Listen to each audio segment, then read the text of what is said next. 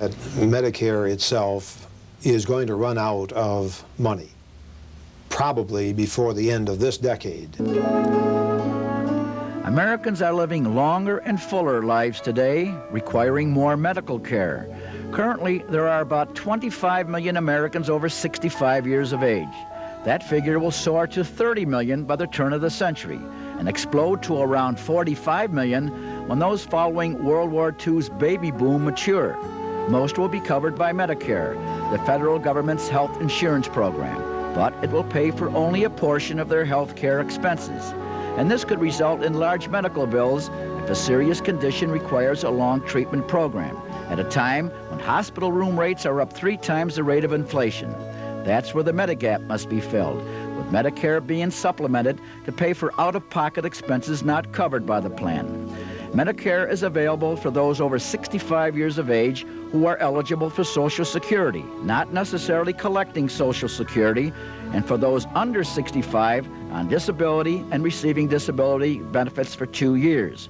Oakley Baskin, past president of the National Association of Health Underwriters, explains the state's Medicare Supplement Insurance Plan. Under Medicare, there are 2 parts. There's Part A, which is the hospital and nursing home coverage. The first day that a person goes into the hospital under Medicare, that person must pay, or is responsible for, a first day deductible. That amount this year, 1984, is $356. Effective January 1st, the figure will be $400. Then for the next 60 days, the person does not have to pay anything toward the hospital cost.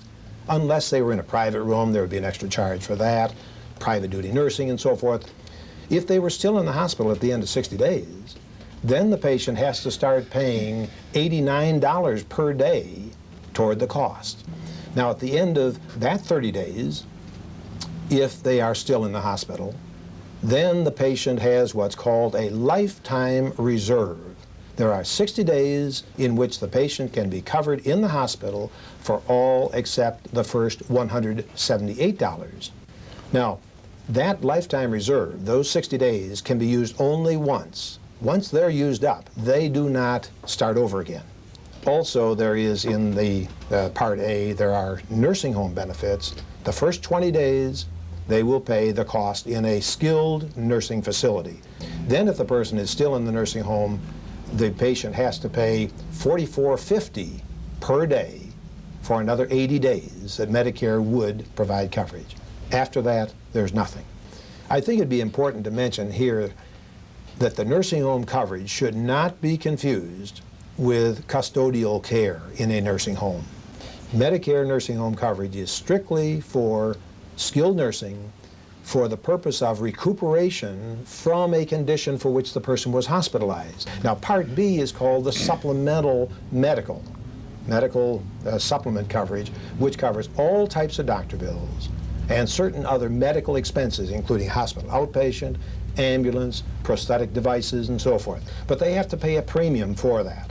Presently, that's $14.60 per month, which is taken from their Social Security check. If they're not receiving Social Security, they're billed quarterly for that. There is a $75 deductible each year. The first $75 of those kinds of expenses are the responsibility of the patient. Then Medicare begins to pay 80% of recognized expenses with no limit. How does an older person determine what kind of supplemental health insurance is needed? This booklet summarizes exactly what Medicare covers and what it doesn't cover, and it describes the types of Medicare supplement plans that are available, and in fact lists the plans that are qualified in New York State as Medicare supplement plans.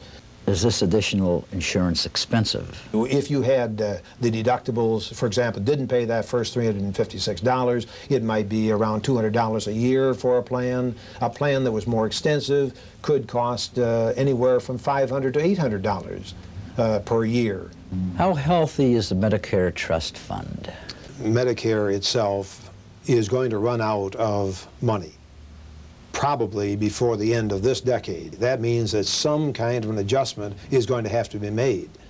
Where does the money come from? Well, it comes from a tax that all employees are paying through all of their working years. There is a tax, part of the Social Security tax. And this money is being used to pay the benefits to those presently receiving Part A benefits. But it isn't enough.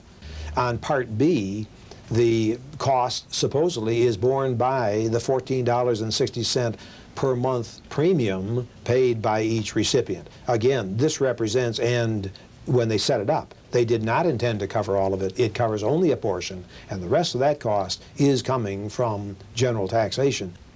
The young people growing up today who are trying to raise families and trying to meet their responsibilities, they're paying the taxes. And the money is all being used to provide benefits to somebody else. Now, you might say, well, when they get there, somebody will be paying for them. Hopefully that's the case.